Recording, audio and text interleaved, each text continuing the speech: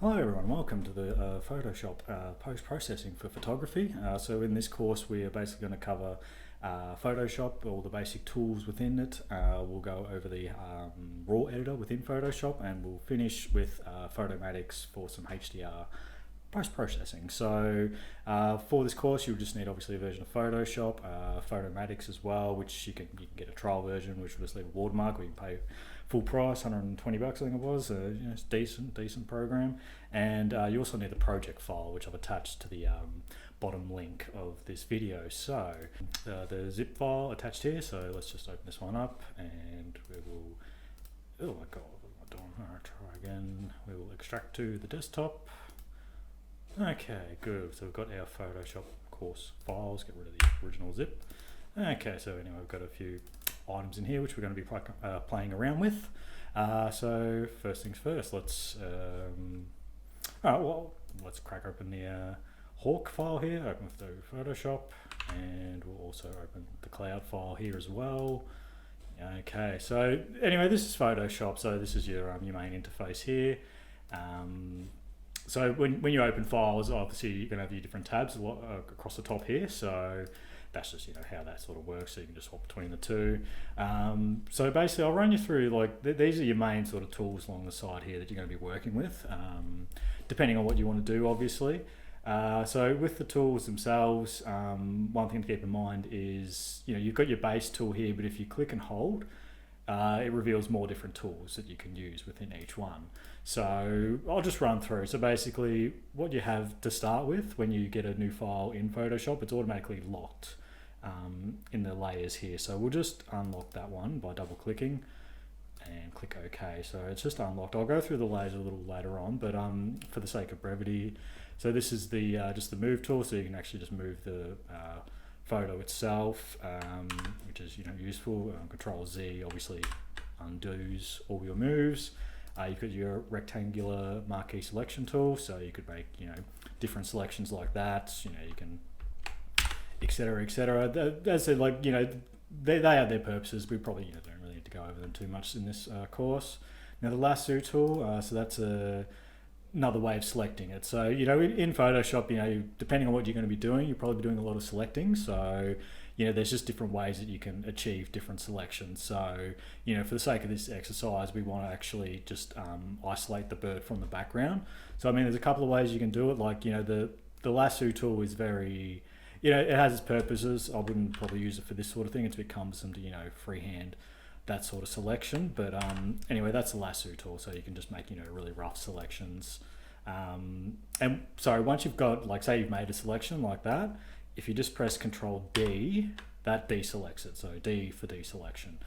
So that's just the standard Lasso tool. Now if you click and hold, you've got a polygonal Lasso tool, so that's basically just keeps it in straight lines, which is another form of selection. And the interesting one is the magnetic Lasso tool. So basically you sort of start at a point and it sort of acts like a magnet, and you can then select around the area there. So this can be useful, but as you can see, depending on how sort of sharp the pixels are in contrast will depend on how sort of clean of a cut you get. So as you can see, it's cutting quite nicely at the bottom there because, it's quite nice dark contrast. But, as you can see, sort of, on the top of the head there, you've missed a part and all that. So, this is one way. I wouldn't recommend doing this either, but, this is for the sake of an example.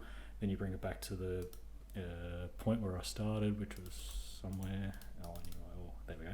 Okay, so anyway, that's the magnetic Lasso tool. Okay, so that's the Lasso tool. Now, I've also got the magic wand tool. So this is quite useful, because you can just sort of go boof and you've got a nice selection, because it's a nice solid color. And the main thing just to be aware of with the magic wand is the tolerance. So this just means this value up here is just the intensity that it actually selects it in. So 15 is a low intensity. So if we crank it up to say 32, for example, and we'd reselect it, you can see you get a nice sharper, closer selection. Then if you crank it up to 100, that'll even make that even closer again. So, but obviously when it goes to 100, you'll get a bit of bleed into the internal sections here. So, the tolerance is just something that you just got to play around for. I generally keep it pretty low, about 15 if I'm doing it that way. So that's one way of selecting as well. Now we've got the crop tool, so that's pretty simple. So you can just click and drag, then you get basically it's a different crop window. So you can crop the image any which way you want. Then say if you're happy with that crop, you would just double click and that confirms it, but we will not do that, so Control Z to undo. Now the eyedropper tool, this is just used for getting color information. So if you just click on the background, you'll see that the swatch here is turned into that color there. So this is for just if you want to do some fills or just need to get certain color information, you can do it that way. And you've got two slots for your swatches here. So to actually just swap them, you click this little switch, so that goes the foreground, which is this one in the front. So then you could have the blue there, for example. And you just switch between the two. And to go back to the default, you just click this little button here, and that's just your default black and white, which is the default. Now there is also the clone stamp, which is an interesting tool. It has its purposes, just depending on what you want to do. So as you can see, it's got the little circle, which will be your clone point. So if you press plus or minus on the keyboard, if you press bracket one way or bracket the other way, that increases or decreases the size of the selection. Now, to actually use the clone tool, what you have to first do is set an origin point. So you'd hold down Alt and see how it's turned into a little target. So that's what you're going to be targeting when you clone. So then you let go of Alt, and as you can see, you're going to be cloning this part adjacently to that part there. So you'll have a cloned version, but as you can see, that's quite feathered and not very high because the opacity is only set to 39. So we'll just Control Z and I'll show you at 100% opacity. So now you get a nice clean clone. So you can basically clone the bird if you require it. It's a useful tool for touching up mistakes and all that sort of thing. So you can it definitely useful. So that's the clone tool, which is quite nice. So the eraser tool is, as implied, it literally will erase parts of your image. And again, with the tools, there's a common sort of theme, like with the opacity. So, it's the same deal with the intensity, basically. So, that's just how intense it'll be.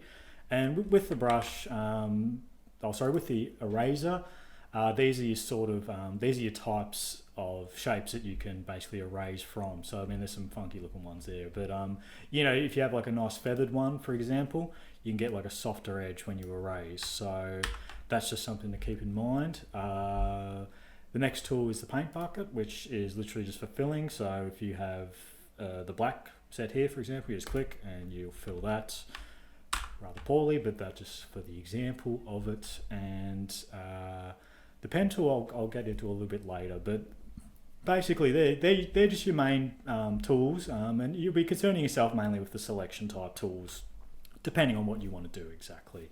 And I won't worry about there's a typography tool too, so that's just pretty simple. So you just do your type, but again, it's not really within the interests of this course.